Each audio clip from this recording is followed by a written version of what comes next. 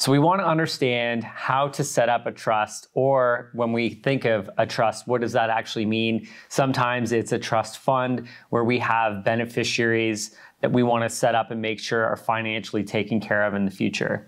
Let's talk about a trust. So there's different types of structures that we can actually utilize for a business or for personal. So we think of proprietorship. That's essentially an unincorporated business that gets taxed as an individual. We assume all the risk as an individual.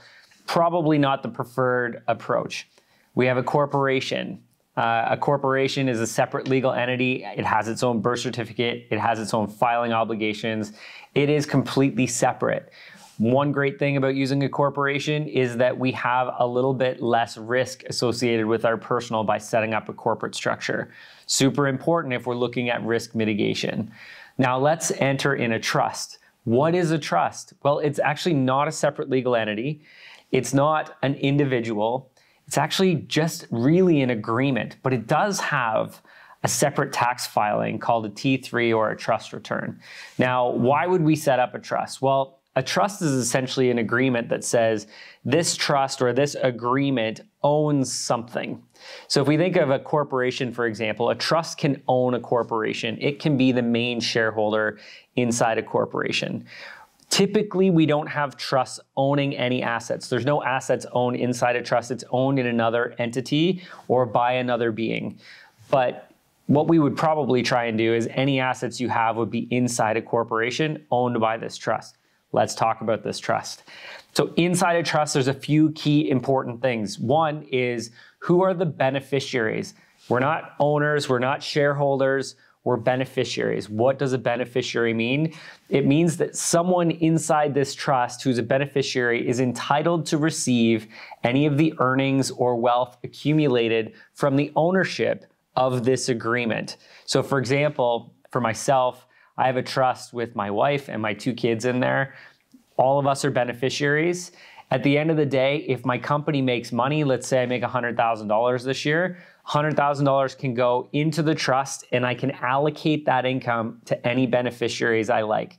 There's some rules around it, but that's how the beneficiary component works inside a trust. What else do we need to know about a trust? Well, there's trustees. Trustees are essentially the people who are in charge of the direction of the trust. So, for example, that $100,000 comes in. I'm the only trustee on a trust. I've got my beneficiaries there. I can allocate this income to any of them, but I don't want to. I want to allocate it to me. So because I'm the trustee, I'm entitled to giving that direction, so I take the $100,000. So it's important to understand that trustees are really the people who have the voting rights of that agreement, essentially.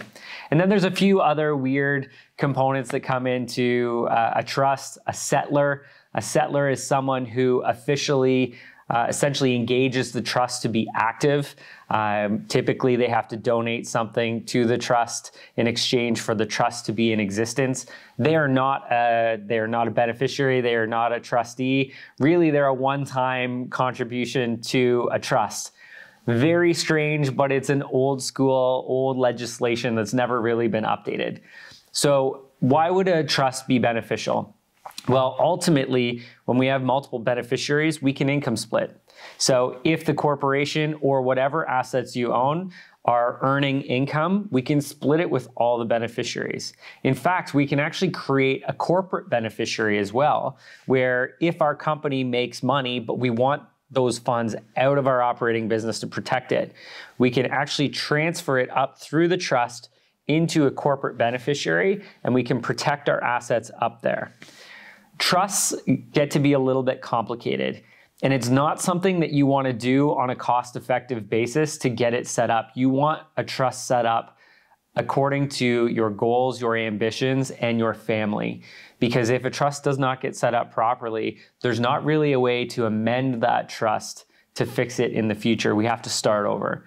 So when you are creating a trust, we need to be very clear on the objectives of the trust and make sure that we give it as much flexibility as we possibly can on its formation. This is not something you want to create on your own. You definitely want the advice and guidance of an expert. But using a trust definitely gives us opportunity for transition of future assets, future net worth, and also the minimization of tax along the journey, as we can split it with our multiple beneficiaries. If you want to learn more about trusts, make sure that you talk to someone on our tax team who can certainly support you in getting this set up the right way.